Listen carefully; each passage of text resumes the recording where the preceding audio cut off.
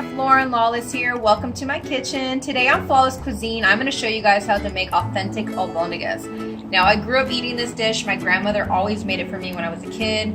It's very comforting. It's great on a rainy day. It's actually very affordable, delicious. So let's get started. I'm going to show you guys what ingredients you're going to need to make this.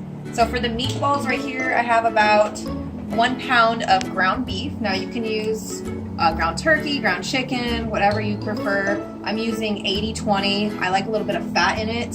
I also have a pound of pork right here. It's going to add some more moisture and fat to the meatballs itself. So I'm going to put that pound of pork. Okay.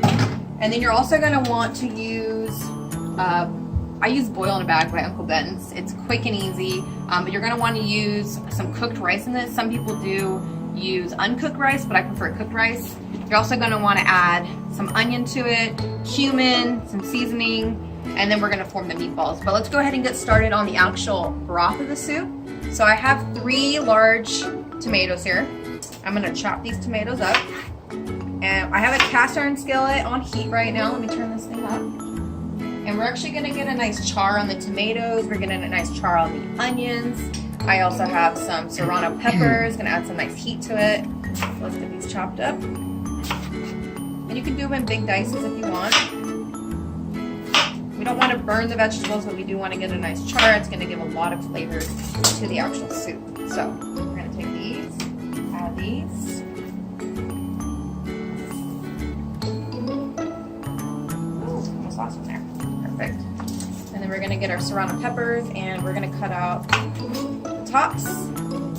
Now you can either keep the seeds or take out the seeds depending on how spicy you want. Usually I'll take it out and I'll put 1 pepper with seeds and 1 without. It's not too spicy. Some people like to add chipotle to it. I don't like it very much. I like it just with the pepper. We got 1. Got the seed. And then we're also going to add 1 whole onion. I'm going to chop that up. Got some big onions here. So up to you depending how much onion you like. I love onions. A lot of good flavor. I'm going to chop this up. Again, you want to chop it into big pieces. It's a little rustic dish. Doesn't have to be perfect. Onions go in. You want to put it on a high heat.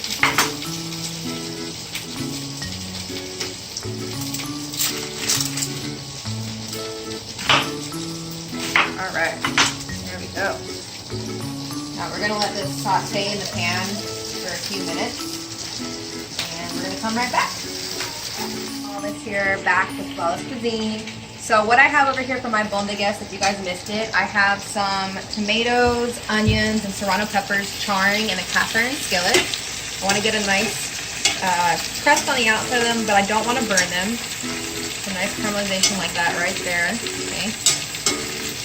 I'm also going to add some garlic, which I forgot earlier. So get your garlic, you're going to smash it, peel the garlic, and you can just put it in there whole. Like I said, you don't need to chop anything up. It's going to go all into a blender anyway. So I'm going to do about 3 cloves of garlic, maybe 4. I love garlic. All right, let's do 4.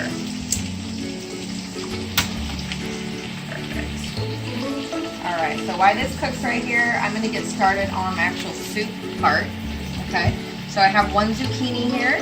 I have 3 carrots. Now you can peel the carrots if you like, but a lot of nutrients are in the skin of the carrots. I just washed them really good. I also have 3 potatoes. I'm going to peel those, chop those up, and then we're going to get started in our pan, okay? Alright. Now if you don't like zucchini, some people don't, you can use Mexican squash. They have yellow zucchini.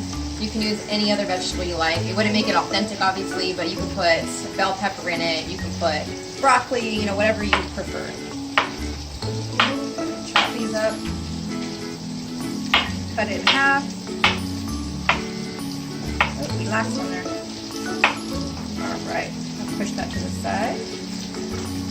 And then we're gonna chop up our carrots. So you can make them small bite size. You can make it, like I said, rustic.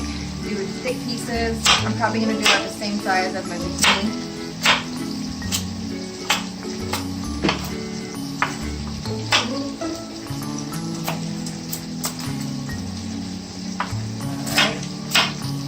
Now this recipe, you can either use chicken broth or beef broth. Really, it's preference. I like to use beef broth. I think it has more flavor.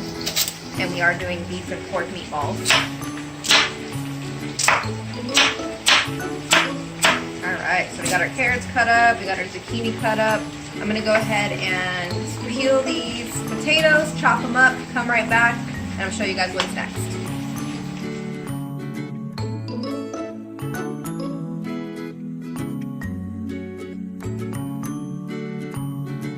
Flawless Cuisine.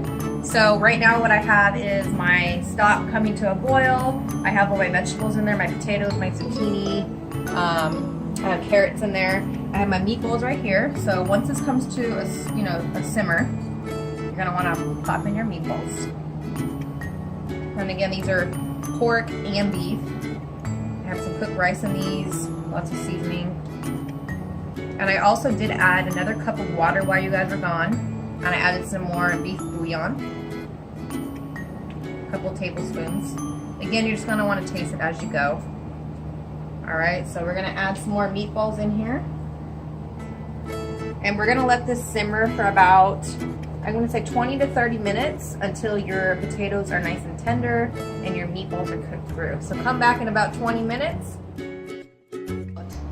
20 minutes on the low simmer.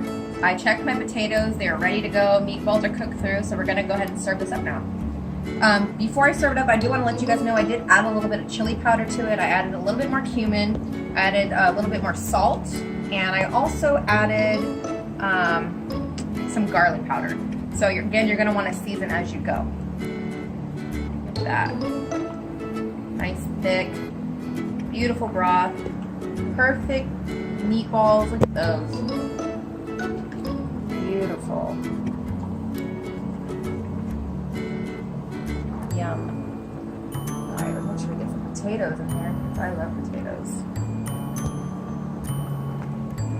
Look at that.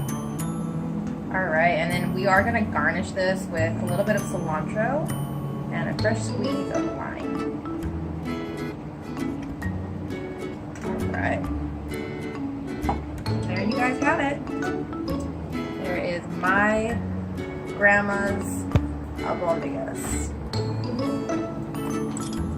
Let's take a bite and see how this tastes. Because I've been waiting for a while and I'm excited. But make sure you don't burn your mouth.